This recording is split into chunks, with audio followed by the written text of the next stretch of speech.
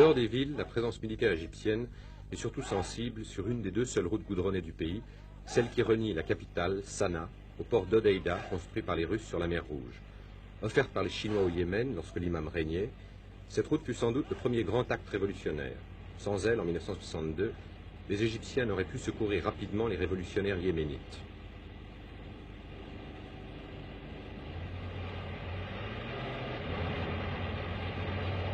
Sur cette unique artère moderne, les techniciens chinois, qui l'entretiennent avec une patience confucéenne, efficaces, solitaires, ils sont aussi timides et allergiques à la caméra.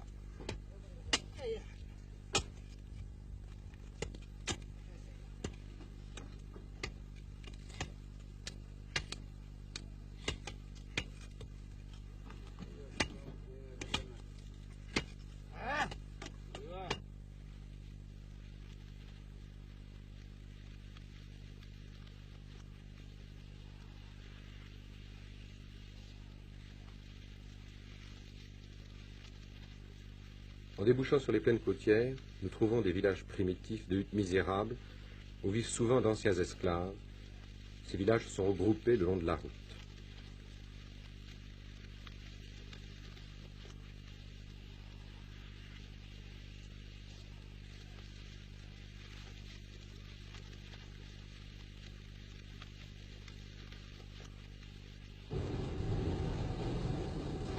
Hodeïda, le poumon du Yémen. À Hodeïda, on sent surtout l'aide économique soviétique. Le Yémen a une balance commerciale chroniquement déficitaire à 60%. Ainsi, il est à la merci de la générosité des pays donateurs, République arabe unie, Chine, URSS, démocratie populaire, États-Unis. On se demande si les Égyptiens, assurant la stabilité avec une armée coûteuse, dont la popularité ne peut être illimitée, ne laissent pas à d'autres, aux soviétiques par exemple, les bénéfices à long terme d'une présence pacifique.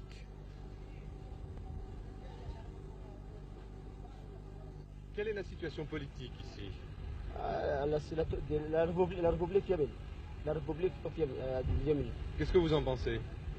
On ne pense rien. Mais c'est une bonne chose ou une mauvaise chose? Là, c'est très bonne chose. C'est très bon. Pourquoi? Avant le roi Mohammed, le roi Ahmed, il n'était pas bon. Il n'a pas faire des écoles, des hôpitaux.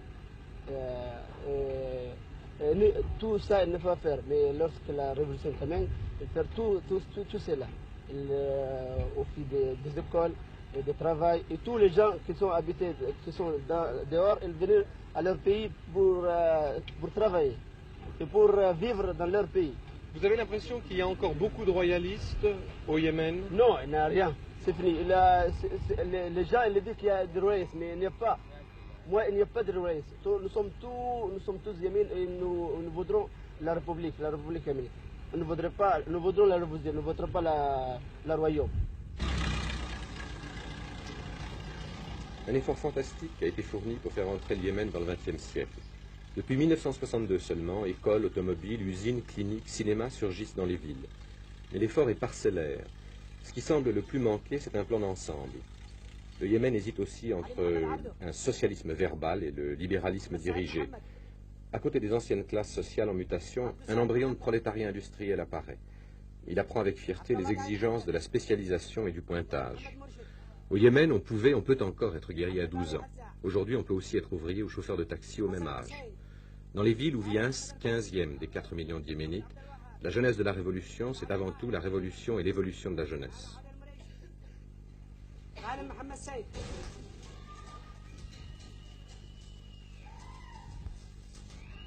Le Yémen était ravagé par la tuberculose, les maladies vénériennes, la mortalité infantile. L'espérance de vie était de 35 ans pour un homme, de 45 pour une femme. Égyptiens et Russes construisent des hôpitaux. À Sanaa, nous avons retrouvé une infirmière française. Elle vit au Yémen depuis 17 ans. Maintenant, le Yémen commence à vivre un peu, peut-être comme en Europe. Le Yémen était un peu comme une fleur, n'est-ce pas? Une fleur qui ne demandait qu'à éclore. Depuis qu'est venue la République, cette fleur s'épanouit, tout doucement. Voyez-vous, nous avons eu beaucoup de docteurs, nous avons beaucoup de docteurs égyptiens, nous avons des doctoresses aussi, égyptiennes, des infirmières égyptiennes, des docteurs russes, des docteurs chinois, des docteurs, enfin, un peu de partout. Au point de vue médical, maintenant, le Yémen, non pas parfait, parce qu'il y a beaucoup de choses à faire entre une république et une royauté. Il y a beaucoup à faire, mais enfin, tout doucement, il y a eu déjà beaucoup de progrès, des routes, des hôpitaux, des écoles, n'est-ce pas, l'émancipation des filles, nous avons aussi des filles, des écoles de filles. Vous savez qu'en Europe, on accuse les Égyptiens de s'être servis de napalm et de gaz. Est-ce que vous avez, vous, vu une preuve? Non. Non. Moi aussi, j'ai entendu dire, mais il ne faut pas toujours croire ce que les gens disent.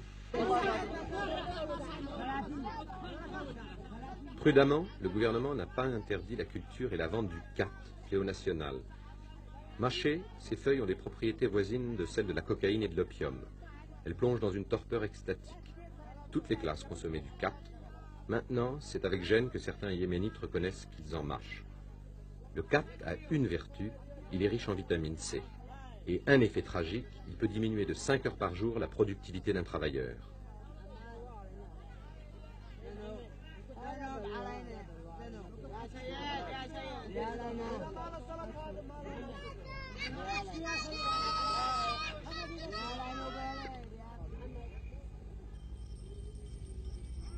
Sanaa, la perle de l'Arabie pour les poètes arabes. C'est une image un peu faible pour ce rêve de voyageur, pour une des plus anciennes, une des plus belles villes du monde.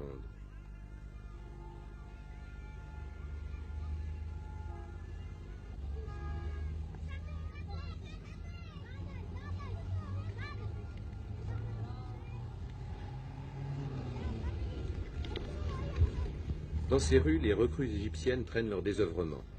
Les civils yéménites, depuis quelques semaines, n'ont plus le droit de porter leurs fusils en ville sans permis. Les soldats égyptiens ont droit à 15 jours de permission tous les 2 ou 3 mois. Pourquoi cette libéralité, peu courante dans les armées? Parce que les femmes yéménites sont inabordables, nous a dit un colonel égyptien. On ne peut pas laisser les hommes seuls aussi longtemps.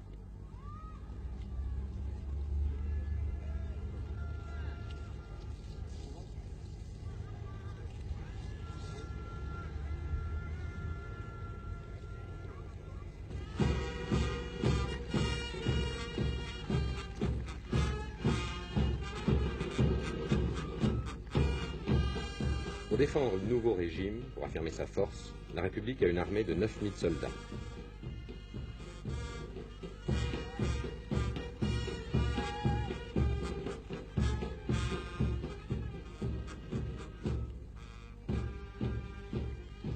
Encadré par ses ministres et ses conseillers égyptiens, le maréchal Salal, fils de forgeron. L'idéologie du régime et la popularité des pays étrangers qui l'aident peuvent être mesurés en comparant les distances qui séparent leurs représentants des gouvernants sur l'estrade. Les Américains.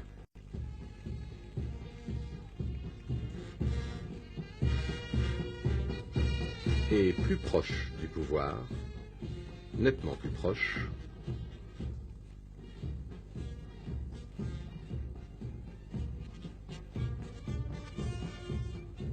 l'ambassadeur de Chine.